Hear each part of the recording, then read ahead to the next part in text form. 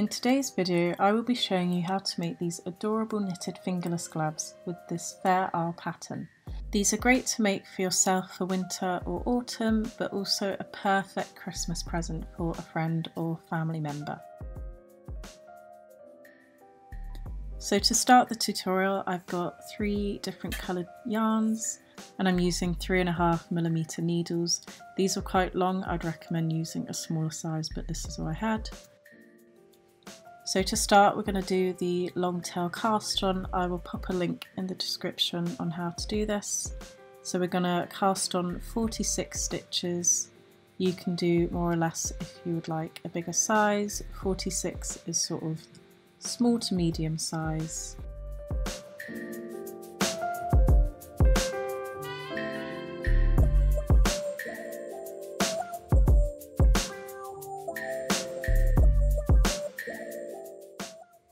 So once you've casted on your stitches, we are going to do the bottom of the glove. So as you can see on this example, we've got a rib section. This is 6 rows of ribbing.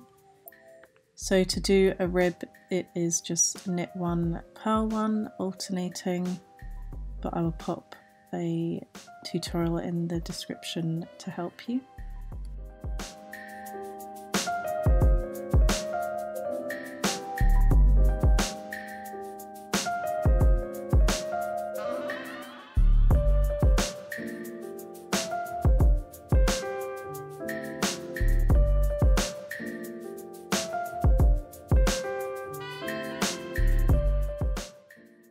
So as you can see, that's the first row of ribbing done, and now I'm going to do this 5 more times until I have 6 rows of ribbing.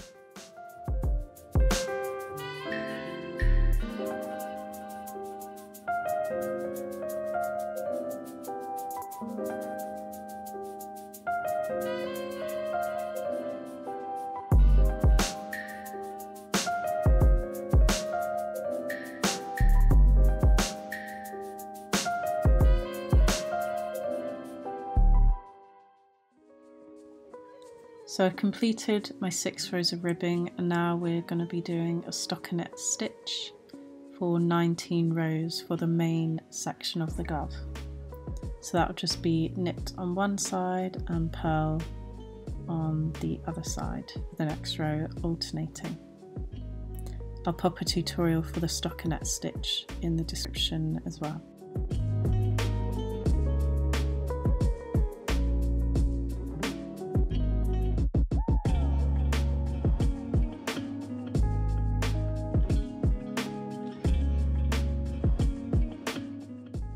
So once you've done your 19 rows, and obviously you can do more or less depending on the length of the glove that you want, it's now time to do the Fairisle section, which is the fun bit.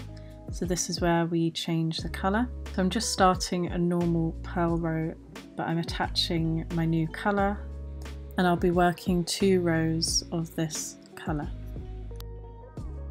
So when you join a new colour, obviously it can be a bit loose because it's not tied onto anything, so just make sure to check that it's nice and tight as you go.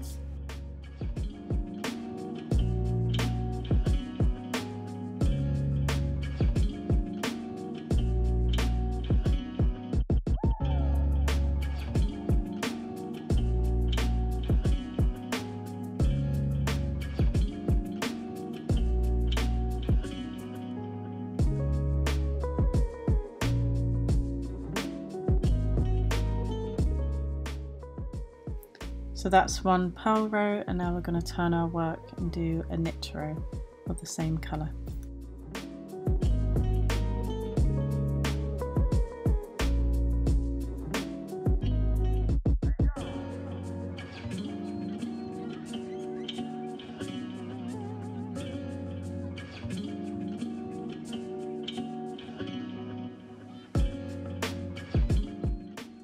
So now next in the pattern we're going to do a row in the original lighter pink colour that we used, so we're just going to pick that up from the previous row and do 1 row of that.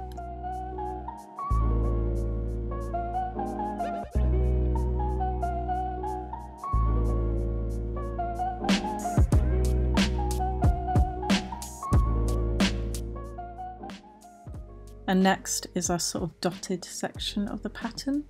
So I'll show you an example here. So we're alternating between our original lighter pink colour and our darker pink colour. So you can see on the green section on this glove. So in order to do that, we're going to do 2 stitches in the original pink colour, and then we'll do 1 stitch of the darker pink colour. So you might have to reattach this as the yarn will be on the other side.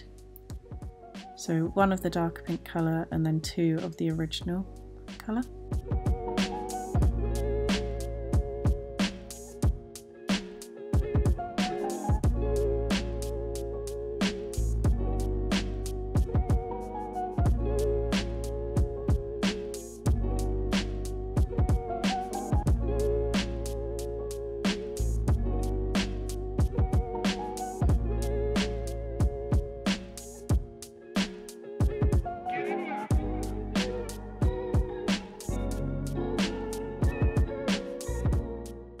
So that's that row complete, and now we're just going to do the original pink colour 1 row of that to complete that section of the pattern.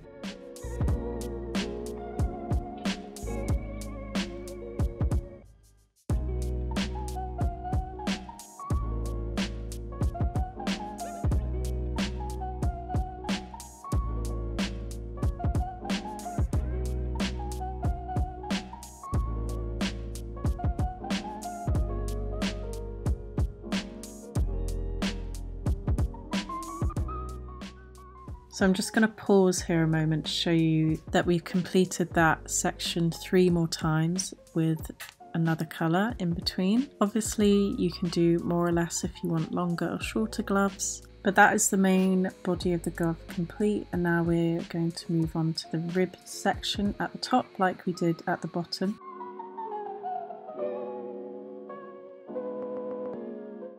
So again, like we did at the bottom, we're just going to do 6 rows of ribbing, so that's knit 1, purl 1.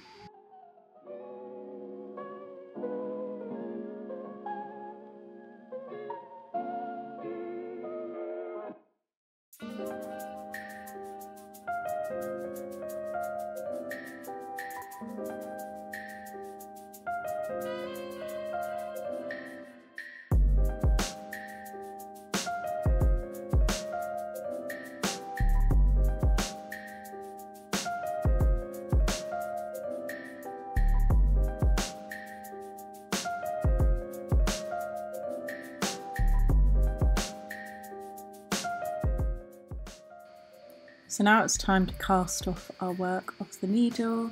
So in order to do this, we're going to work 2 stitches onto our needle.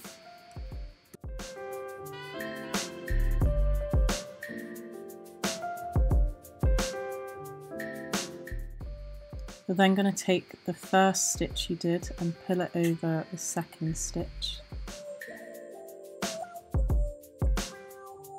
It can be quite fiddly, and I'll link a tutorial on how to do this below.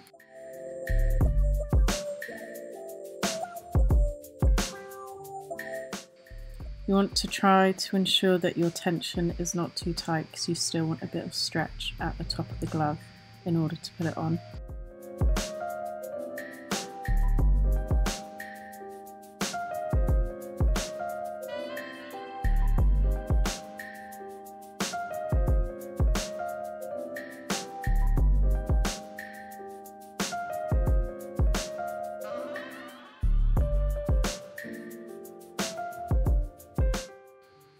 Okay, so now this is a bit more of the tedious bit, so we're just going to tie off all our loose ends. So I'm just going to sort of triple knot them where I can.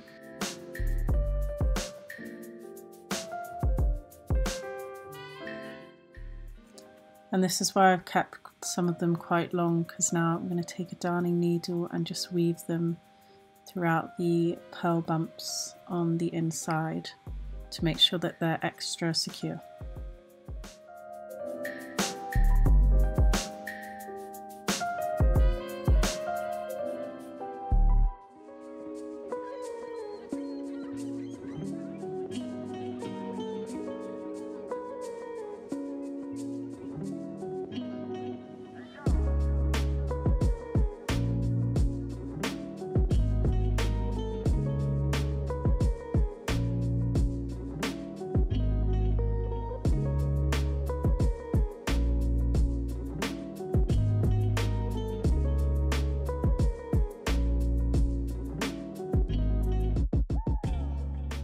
So now everything is nice and secure and tied off.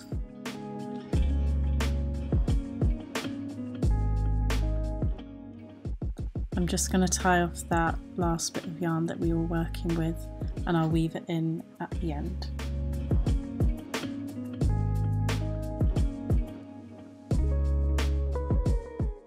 So now we're going to sew the side seams together. So we're just going to fold them inwards like this. And I've just pinned my work down so you can see it a bit better, but we'll be using a mattress stitch. So you can see between the stitches you've got these sort of ladder sections. So I will pop a tutorial in the description below on how to do the mattress stitch. We'll be sewing, picking up these sort of ladder sections, and it creates a really seamless stitch. So it's quite hard to see on this ribbing section, but you can see we'll be picking up on one side and then moving across to the other side. And you want to make sure that you're going up straight in between the same stitches, so you're not like darting off to one side. But yeah, I'll pop a link in the description for a tutorial because I'm probably not the best at explaining the mattress stitch.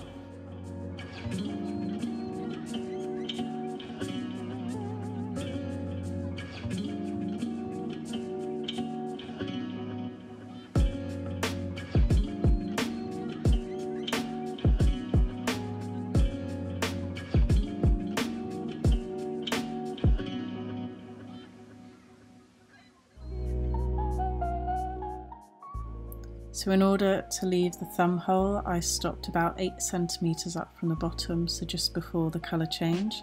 And I'd recommend popping the glove on to measure where your thumb would sit comfortably.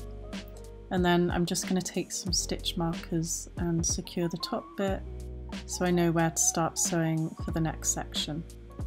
And for me, my thumb hole was about 5 centimeters wide, and then the top section was about 3 centimeters of stitching, and again using the mattress stitch to secure this.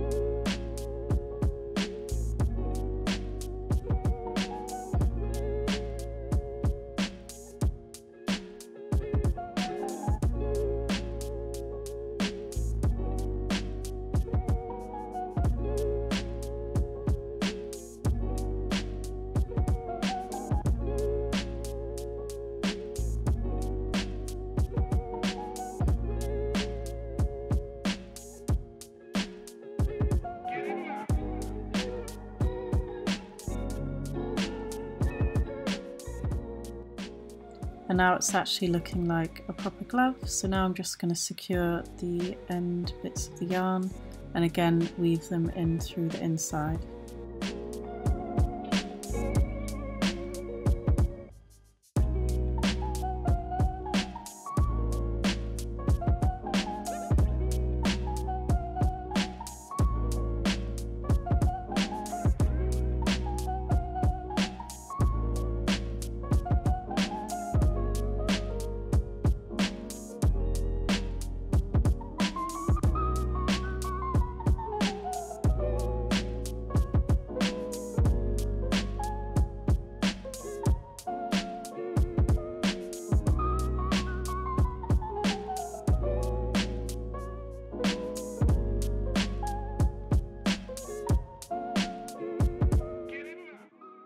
And here is your final glove. So obviously you're going to repeat this, so you have 2 gloves.